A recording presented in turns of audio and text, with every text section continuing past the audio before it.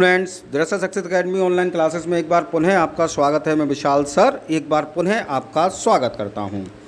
PGT, super TET, university exams, master ख़ास तौर से जो एमए मेरे स्टूडेंट्स कर रहे हैं और साथ ही साथ अन्य जो परीक्षाएं हैं इंटर कॉलेज लेक्चररशिप की, इवन नेट, जेआरएफ और पीएचडी एंट्रेंस के लिए मैंने अमेरिकन राइटिंग या अमेरिकन लिटरेचर से कनेक्टेड वीडियो देना स्टार्ट किए हैं।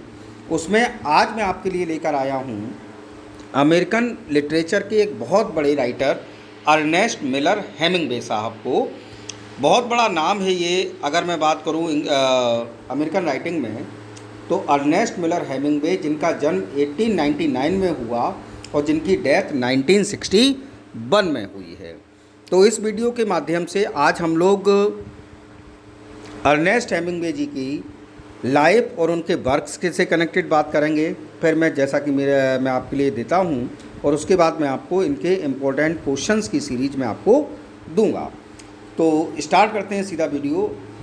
आपसे इतना कहना है कि प्लीज़ वीडियो को लाइक, कमेंट और शेयर कर दें, और यदि अब तक आपने मेरा चैनल सब्सक्राइब नहीं किया है तो प्लीज़ मेरे चैनल को सब्सक्राइब कर दें। पहला पॉइंट है, Ernest Hemingway was born on July 21, 1899, Cicero Oak Park, United States. Ernest Hemingway का जन्म जुलाई 21, 1899 यानी कि 21 जुलाई 1899 को Cicero Oak Park, United States में हुआ था। फिर सुन लीजिए, अर्नेस्ट हेमिंग्वे का जन्म 21 जुलाई 1899 को Cicero Oak Park, United States में हुआ था। दूसरा पॉइंट है, he was American novelist, short story writer. अगर हम बात करें बाई प्रोफेशन तो अर्नेस्ट मिलर हेमिंग्वे साहब हमारे अमेरिकन नॉवलिस्ट रहे हैं, शॉर्ट स्टोरी राइटर रहे हैं और जर्नलिस्ट भी रहे हैं। ठीक है साहब। नेक्स्ट पॉइंट आपका आता है point number third. Point third मैंने लिखा, his father's name was Clarence Edmunds Hemingway. इनके पिता का नाम क्लेरेंस एडमंड्स हेमिंग्वे था। And his mother's name was Grace Hall Hemingway, और इनकी माँ का नाम ग्रेस हॉल हेमिंग्वे था। तो फिर सुन लीजिए, अर्नेस्ट हेमिंग्वे के फादर का नाम क्लेरेंस एडमंड्स हेमिंग्वे और इनकी माँ का नाम ग्रेस हॉल हेमिंग्वे था। नेक्स्ट पॉइंट आपका आता है, in the year 1917 he graduated from Oak Park and River Forest High School. सन 1917 में इन्होंने ग्रेजुएशन किया Oak Park and River Forest High School से। 1917 में अर्नेस्ट हेमिंग्वे साहब ने Oak Park and River Forest High School से अपना ग्रेजुएशन किया। उसके बाद फिफ्थ नंबर पॉइंट आपका आता है, in the year 1918 he attempted to join the US army so that he could fight in World War first. सन 1918 में इन्होंने प्रयास किया यूएस आर्मी को ज्वाइन करने का, क्योंकि हम जानते हैं 1918 वह समय जब वर्ल्ड वॉर फर्स्ट चल रहा था और ये चाहते थे कि यूएस आर्मी में शामिल होकर ये वर्ल्ड वॉर फर्स्ट में यूएस आर्मी की जॉब करें और देश के लिए एक सैनिक का काम करें। लेकिन क्या हुआ था, army rejected him because of poor I site. लेकिन आर्मी ने इनको रिजेक्ट कर दिया क्योंकि इनकी आँखों की रोशनी जो थी वो कम थी। So he volunteered as a driver with the Red Cross ambulance corps, और इसलिए इन्होंने क्या किया, वॉलंटरी रूप से काम किया रेड क्रॉस एम्बुलेंस कॉर्प्स के लिए। ठीक, एक एम्बुलेंस ड्राइवर के रूप में। फिर सुन लीजिए, 1918 में जब वर्ल्ड वॉर फर्स्ट चल रहा था तो अर्नेस्ट हेमिंग्वे ने यूएस आर्मी ज्वाइन करने का प्रयत्न किया, लेकिन पुअर आईसाइट होने के कारण इनको आर्मी ने रिजेक्ट कर दिया। उसके बाद इन्होंने रेड क्रॉस एम्बुलेंस कॉर्प्स के लिए एज ए ड्राइवर वॉलंटियर काम किया। नेक्स्ट पॉइंट आता है आपका six, on 8 July 1918 while passing out supplies to soldiers in Italy he was seriously injured. 8 जुलाई 1918 जब ये एम्बुलेंस ड्राइवर के रूप में वॉलंटरी काम कर रहे थे रेड क्रॉस एम्बुलेंस कॉर्प्स के साथ, उस समय इटालियन सोल्जर्स की पासिंग आउट के समय ये पूरी तरह से घायल हो गए, for which he receive the Italian silver medal of bravery. और इस कारण से चूँकि ये युद्ध में घायल हुए थे और एक अच्छा कार्य कर रहे थे, सप्लाईज कर रहे थे सोल्जर्स के, तो इस कारण से इन्हें Italian silver medal of bravery भी दिया गया। कब दिया, किस कारण से मिला? 8 जुलाई 1918 को 1918 को सोल्जर्स को, इटालियन सोल्जर्स को सप्लाई करते समय जब ये घायल हो गए तो इस कारण इन्हें Italian silver medal of bravery मिला। 7th पॉइंट है, during his treatment in a Milan hospital he fell in love with Agnes von Kurowsky, a Red Cross nurse. उसके बाद इनका इलाज हुआ, चूँकि ये घायल हो गए थे, उसके बाद मिलान हॉस्पिटल, जो कि हम जानते हैं इटली में मिलान एक स्थान है, तो यहाँ इनका इलाज चल रहा था मिलान हॉस्पिटल में। तो वहाँ एक नर्स थी जिसका नाम था एग्नेस वॉन कुर्बोस्की, जो कि एक रेड क्रॉस नर्स थी। उससे इनका अफेयर स्टार्ट हुआ, लव अफेयर स्टार्ट हो गया। उसके बाद in January 1919 he return to the United States. उसके बाद जनवरी 1919 में जब ये स्वस्थ हो गए उसके बाद अमेरिका वापस आ गए। In March Agnes wrote that she had become engage to an Italian officer. और उसके बाद जिस रेड क्रॉस नर्स एग्नेस के साथ इनका प्रेम संबंध हुआ था उसने इन्हें पत्र में सूचित किया कि अब वो एक इटालियन ऑफिसर के साथ इंगेज हो गई है और इस कारण से इनका जो लव अफेयर था वो ब्रेक डाउन हो गया। ठीक यही इससे मिलती जुलती कहानी आपने एक नॉवेल पढ़ा है अर्नेस्ट हेमिंग्वे का, ए फेयरवेल टू आर्म्स। आप इसको कह सकते हैं ऑटोबायोग्राफिकल नॉवेल, क्योंकि यही लगभग कहानी स्टोरी जो है वह अर्नेस्ट हेमिंग्वे साहब ने ए फेयरवेल टू आर्म्स में भी डालने का प्रयास किया है। नेक्स्ट है आपका 9th point, on 3 September 1921 he married Elizabeth Hadley Richardson. 3 सितंबर 1921 को हेमिंग्वे साहब ने अपना विवाह किया एलिजाबेथ हेडली रिचर्डसन के साथ। He then moved to Paris, France and worked as a foreign correspondent for the Toronto Star। और इन्होंने एक जर्नलिस्ट के रूप में काम करना स्टार्ट किया टोरंटो स्टार के लिए। तो 3 सितंबर 1921 को उन्होंने एलिजाबेथ हेडली रिचर्डसन से विवाह किया। इसके बाद ये पेरिस और फ्रांस गए और वहाँ इन्होंने एक विदेशी करस्पॉन्डेंट के रूप में टोरंटो स्टार के लिए वर्क किया। 10th पॉइंट है, 1923 his first book 3 stories and 10 poems was published. सन 1923 में इनकी पहली बुक 3 स्टोरीज एंड 10 poems जो है उसका पब्लिकेशन हुआ। 11th पॉइंट है, in the year 1925 in our time appeared. 1925 में इनका एक और वर्क पब्लिश हुआ जिसका नाम था in our time. It content several war stories. और इस वर्क में इन अवर टाइम में इन्होंने ढेर सारी युद्ध की कहानियों का वर्णन किया है। तो 1925 में इनका वर्क आया इन अवर टाइम, जिसमें कि हेमिंग्वे साहब ने कई वॉर स्टोरीज का वर्णन किया। नेक्स्ट पॉइंट आता है आपका point number 12, in the year 1926 his first novel the sun also rises was published. सन 1926 में अर्नेस्ट हेमिंग्वे साहब का पहला नॉवेल पब्लिश होता है जिसका नाम है द सन ऑल्सो राइजेज। इसका पब्लिकेशन होता है। तो ध्यान रखिएगा, which was the first novel of Ernest Hemingway, and the answer is the sun also rises. Next point आता है आपका 13 number, in the year 1927 he divorce Elizabeth Hadley. 1927 में 1927 में एलिजाबेथ हेडली जो इनकी वाइफ थी, इनसे इन्होंने डाइवोर्स लिया। 1 month letter he married pollen पेफायर, A fashion writer. और उसके जस्ट 1 महीने के बाद इन्होंने पॉलिन पेफेयर नामक एक महिला से, जो कि एक फैशन राइटर थी, उनसे विवाह कर लिया। ठीक, उसके बाद 14 नंबर पर पॉइंट आता है, in the year 1927 he published his short story collection man without women. 1927 में इनका एक शॉर्ट स्टोरी कलेक्शन पब्लिश होता है जिसका नाम है मैन विदाउट वुमेन। फिर समझ लीजिए, 1927 में इनका एक शॉर्ट स्टोरी कलेक्शन पब्लिश होता है जिसका नाम है मैन विदाउट वुमेन। उसके बाद नेक्स्ट पॉइंट आता है, इन 1928 on December 6 his father killed himself with A revolver. 1928 दिसंबर 6 इनके पिता जो हैं उन्होंने सुसाइड किया, एक रिवॉल्वर से अपने आप को गोली मार ली, यानी कि आत्महत्या की। ठीक है ना, डेट क्या थी? दिसंबर 6, 1928। उसके बाद नेक्स्ट पॉइंट आता है 16 number. In 1929 he published a farewell to arms, a novel of love and war in Italy during World War first. 1929 में इनका एक नॉवेल पब्लिश हुआ, ए फेयरवेल टू आर्म्स, जो कि एक नॉवेल है लव एंड वॉर का, ठीक है ना, जो कि इटली जो है उसका बैकग्राउंड इसमें दिया गया है, और ये कहानी जो है वो वर्ल्ड वॉर फर्स्ट के समय की है। ए फेयरवेल टू आर्म्स बड़ा अच्छा नॉवेल है, इसका नाम भी एलेगोरिकल है, ए फेयरवेल टू आर्म्स।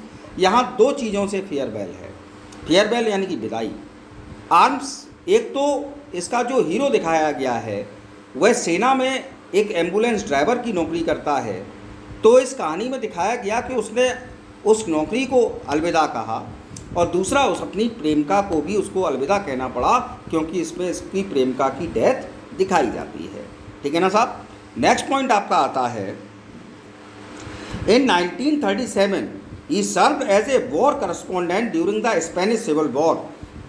1937 में इन्होंने एक वॉर करस्पॉन्डेंट के रूप में वर्क किया स्पेनिश सिविल वॉर में, ठीक है ना। 1937 में अर्नेस्ट हेमिंग्वे साहब ने एक वॉर करस्पॉन्डेंट के रूप में वर्क किया है स्पेनिश सिविल वॉर में।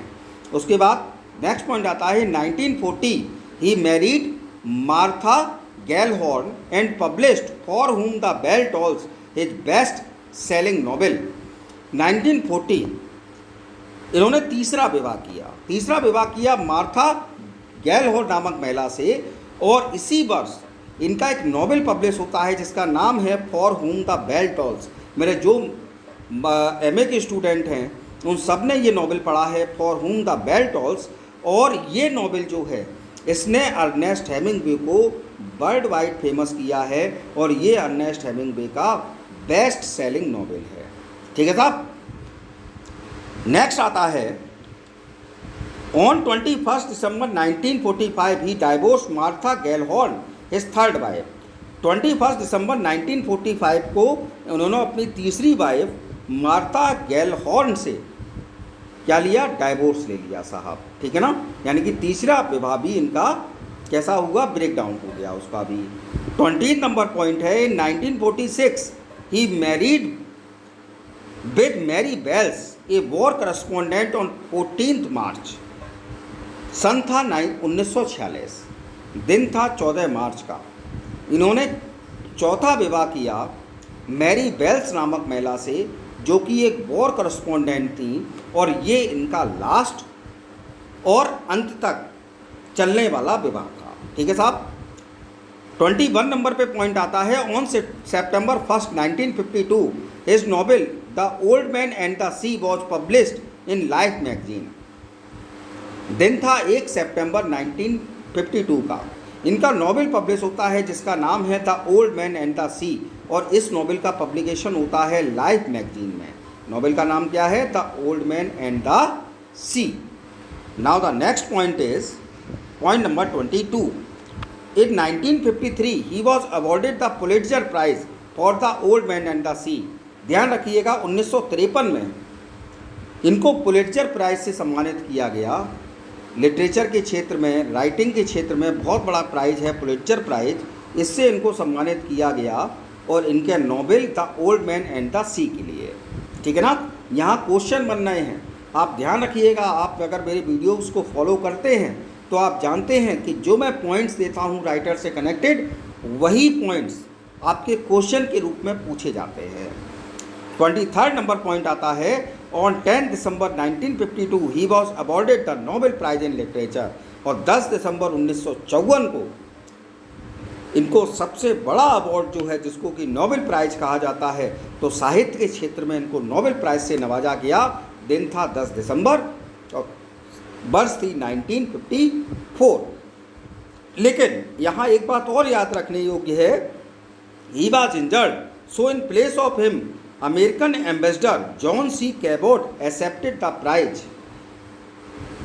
क्या था, अनफॉर्चुनेटली उस समय जो हेमिंग्वे साहब थे वो घायल थे, इस कारण से वह नोबेल प्राइज लेने के लिए नहीं पहुंच पाए, तो इनके बदले में American ambassador John C Cabot ने इनका ये नोबेल प्राइज़ एक्सेप्ट किया और हेमिंगवे साहब के द्वारा लिखी गई जो स्पीच थी उसको पढ़ा।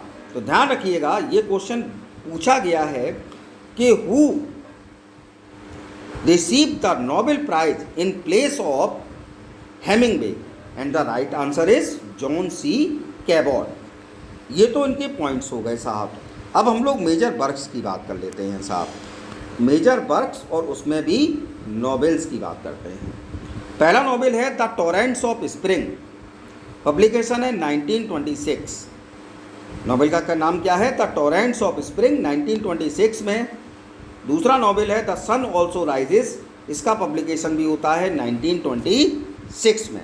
तो फिर से ध्यान रख लीजिए, the torrents of spring 1926, the sun also rises 1926।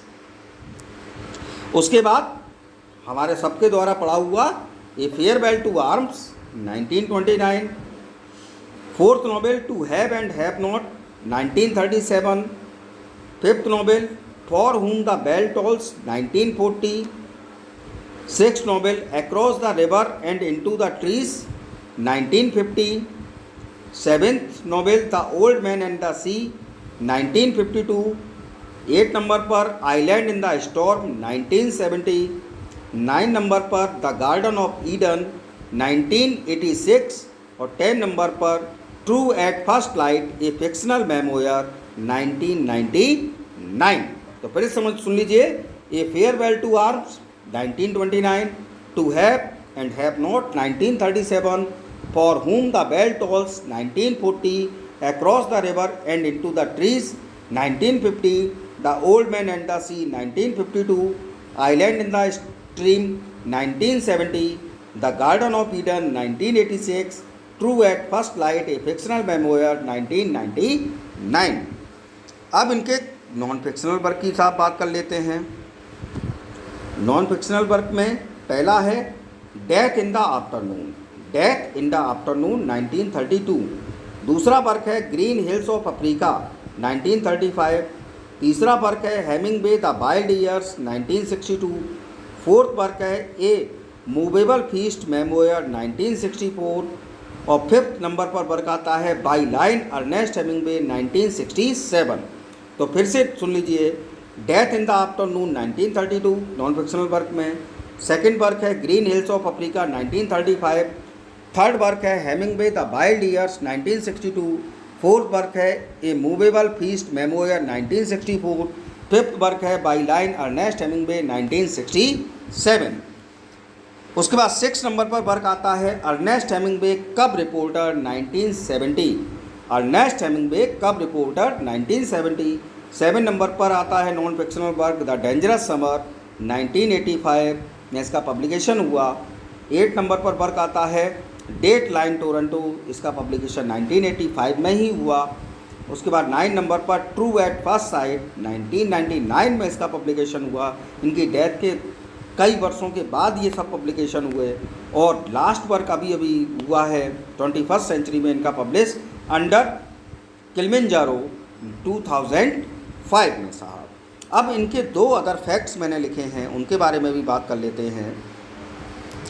Other facts में पहला मैंने लिखा Hemingway and his wife Welsh were involved in 2 African plane crashes in 1954। Hemingway साहब और उनकी पत्नी वेल्स जो थी वह 2 अफ्रीकन प्लेन क्रैश हुए थे 1954 में, उनके शिकार हुए। पूरे अमेरिका में ये न्यूज़पेपर्स के द्वारा रिपोर्ट कर दी गई, reported that both had died, कि अर्नेस्ट हेमिंगवे और उनकी पत्नी की इन प्लेन क्रैशेस में डेथ हो गई, but by God grace they survive. पति पत्नी दोनों बच गए, लेकिन अर्नेस्ट हेमिंगवे साहब इस एक्सीडेंट में बुरी तरह से घायल हुए और लाइफ लॉन्ग इंजर्ड रहे, लेकिन हाँ सेफ हो गए, बच गए। और दूसरा पॉइंट मैंने लिखा है इनके डेथ से संबंधित, जो कि बहुत आवश्यक पॉइंट है। अभी मैंने कुछ देर पहले इनके फादर की डेथ का बताया था कि उन्होंने आत्महत्या की थी गोली मार ली थी अपने आप को, उसी से कनेक्टेड ये हैं। ऑन 2 जुलाई 1961, 2 जुलाई 1961 को he committed suicide with a shotgun at his home. इन्होंने क्या किया भाई, इन्होंने भी आत्महत्या कर ली, अपने आप को गोली मार ली 2 जुलाई 1961 को। इस पर काफ़ी विवाद हुआ कि इनको प्रॉपर बरियल, क्योंकि जो हम जानते हैं क्रिश्चियनिटी के जो लोग आत्महत्या करते हैं उनको प्रॉपर बरियल नहीं दिया जाता, लेकिन जो कैथोलिक जो कमेटी थी उन्होंने ये पाया, he received a Catholic burial as the church judged him not to have been in its right mind at the time of his suicide. कि उस कमेटी एक रखी गई, उसके जज जो थे उन्होंने ये पाया कि अर्नेस्ट हेमिंग्वे ने जिस समय आत्महत्या की उस समय वह मानसिक रूप से स्वस्थ नहीं थे, इस कारण से इन्हें रोमन कैथोलिक जो तरीके हैं उनके हिसाब से उनको प्रॉपर बरियल दिया गया और ही वाज बरीड इन कैचहम, और इनका जो अंतिम संस्कार किया गया और इनको जो दफनाया गया वो कैचहम नामक स्थान पर दफनाया गया। तो आज के इस वीडियो में मैंने आपको जो मोस्ट इम्पॉर्टेंट पॉइंट्स हो सकते हैं हेमिंग्वे के जी के साथ वो मैंने आपको साथ शेयर किए। आई होप आपको मेरा वीडियो पसंद आया होगा। यदि आपको मेरा वीडियो पसंद आया हो तो प्लीज़ लाइक, कमेंट और शेयर ज़रूर करिए, मैक्सिमम लोगों के साथ शेयर करिए। और यदि अब तक आपने मेरा चैनल सब्सक्राइब नहीं किया है तो please subscribe my channel. Thanks for watching. Stay home, stay safe, good night, sweet dreams.